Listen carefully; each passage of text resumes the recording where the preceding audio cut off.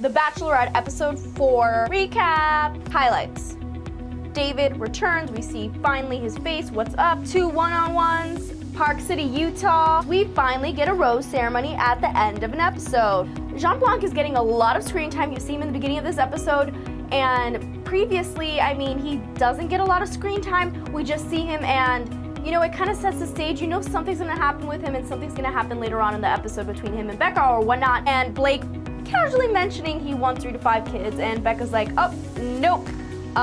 Yep, not choosing you. Just kidding. She loves Blake, obviously.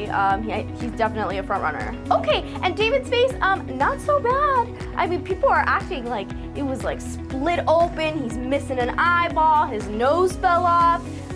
Come on, he just looks like he got a nose job, or, you know, casually fell off a bed and broke his nose. The whole pity rose thing, I mean, I don't want somebody to give me a pity rose because I fell on my face. Or maybe all the guys should pretty much fall on their face so Becca keeps him around. David shows up, you know, he broke his nose and he's still jabbing at Jordan. It's like, really, like, they're more concerned with each other than they are with Becca, though supposedly the reason that they're there. The golden underwear thing, we all know that's a production created gimmick. They gave Becca the underwear, they give this to Jordan, and now Jordan is all excited about his golden underwear, and another episode full of Jordan quotes. I have always wanted to go to Park City, Utah, and these are some of my dream dates. Garrett finally gets his one-on-one, and I'm surprised it took this long.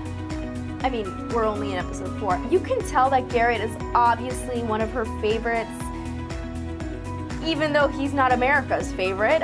He was kind of growing on me in this episode. I mean, he does have a questionable past considering his likes on social media, and yeah, it's a bit controversial. But him and Becca have a lot of chemistry in the whole little shopping thing, and she obviously loves his smile. He's one of those really smiley dudes that his smile takes up his whole face. Becca's into that. They get to go bobsledding, which looked kind of scary, but also pretty fun.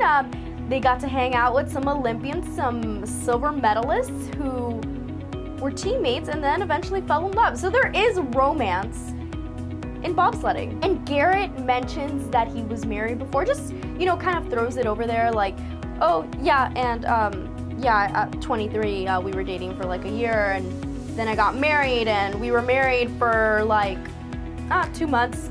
He kind of brushes over it, and Becca's like, oh, wait, what? Wait, what? Wait, what? But she gets over it pretty quickly. They talk it out, and yeah, I mean, she obviously really likes him. Their date was jam-packed, and then after they go to a Granger Smith concert and they're just dancing. Lincoln, I do not like this dude. I mean, considering everything that's come out with like his sexual harassment, he's a flat earther. He thinks the earth is flat.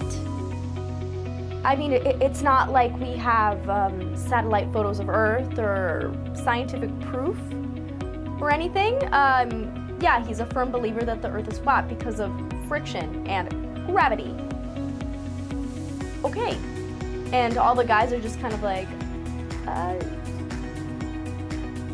what would Becca do if he told her that? Would she just send him home? I hope so. He just doesn't seem genuine. His accent, his diary sessions, he's just very insincere. Okay, the group date. I really, really like this group date. I think it's actually my favorite group date thus far. Becca has a kink for lumberjacks. Yeah, it was super fun. I love seeing guys chop wood. And, okay, and Becca throwing that axe thing, like, and she just gets it right there, right in the middle of the target. Like, how many takes did that take? Did somebody else throw it and they just edited in, like,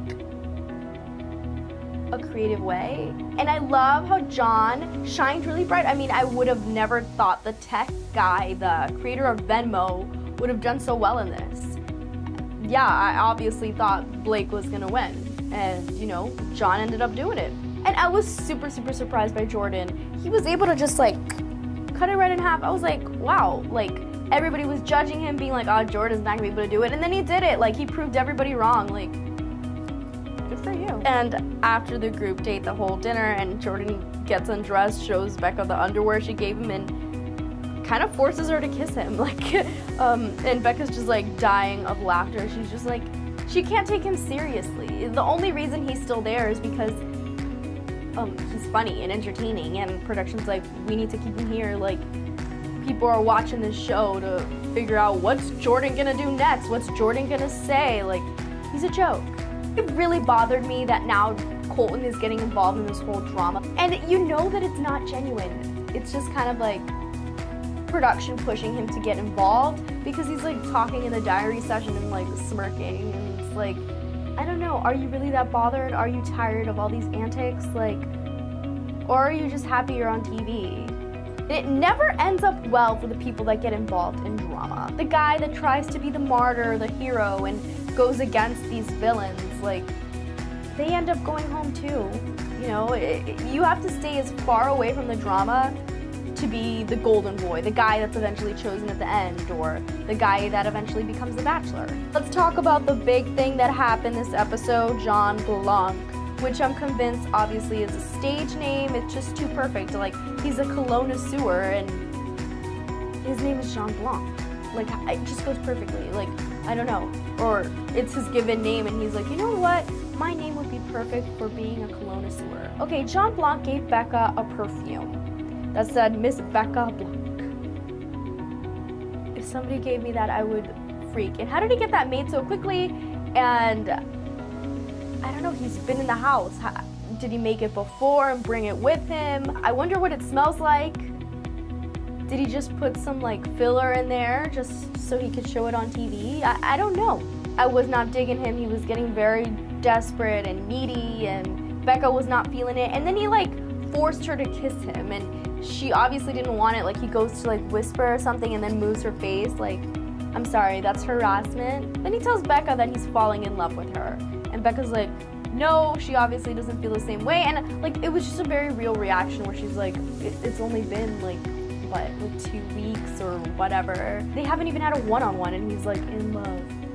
And then she's like, no, I don't feel that. And then he's like, oh, I just said that because I thought that's what you wanted to hear. And it gets super, super awkward, and it's hilarious. Becca ends up sending him home, as he deserves, and then she has a little freak out of like, oh, I'm scared people aren't here for the right reasons and whatnot, and yeah, she's a little shaken up. She chooses not to give a rose at the end of this, which I feel is unfair. I mean, I know she was shaken up, but like, I don't know, maybe there was nobody there she wanted to give a rose to. Like, I don't know, I feel like if I were the guys, I'd be like, that's not fair. Like, Jean Blanc ruined everything. Then Becca had her second one-on-one with Wills, and this guy is the most chill dude I think I've ever seen in my life. He talks with literally no emotion, and it stays at one tone. And his eyes always kind of seem like he's kind of asleep. But he just seems like a nice dude, and they seem like they had a good time. It was another nice date, but I don't see it going anywhere. He did a good job of comforting her. That's pretty much it. I'm excited for the next episode, which the next stop will be Vegas. And I'm so ready for that 2-on-1 with David and Jordan. It's been a long time coming, and yeah, we're all ready for it. My guess is that both of them will be sent home. I don't think either one of them will make it out. Just my opinion. So yeah, that's about it. Yeah, bye guys, and hope you enjoyed it. See you guys soon.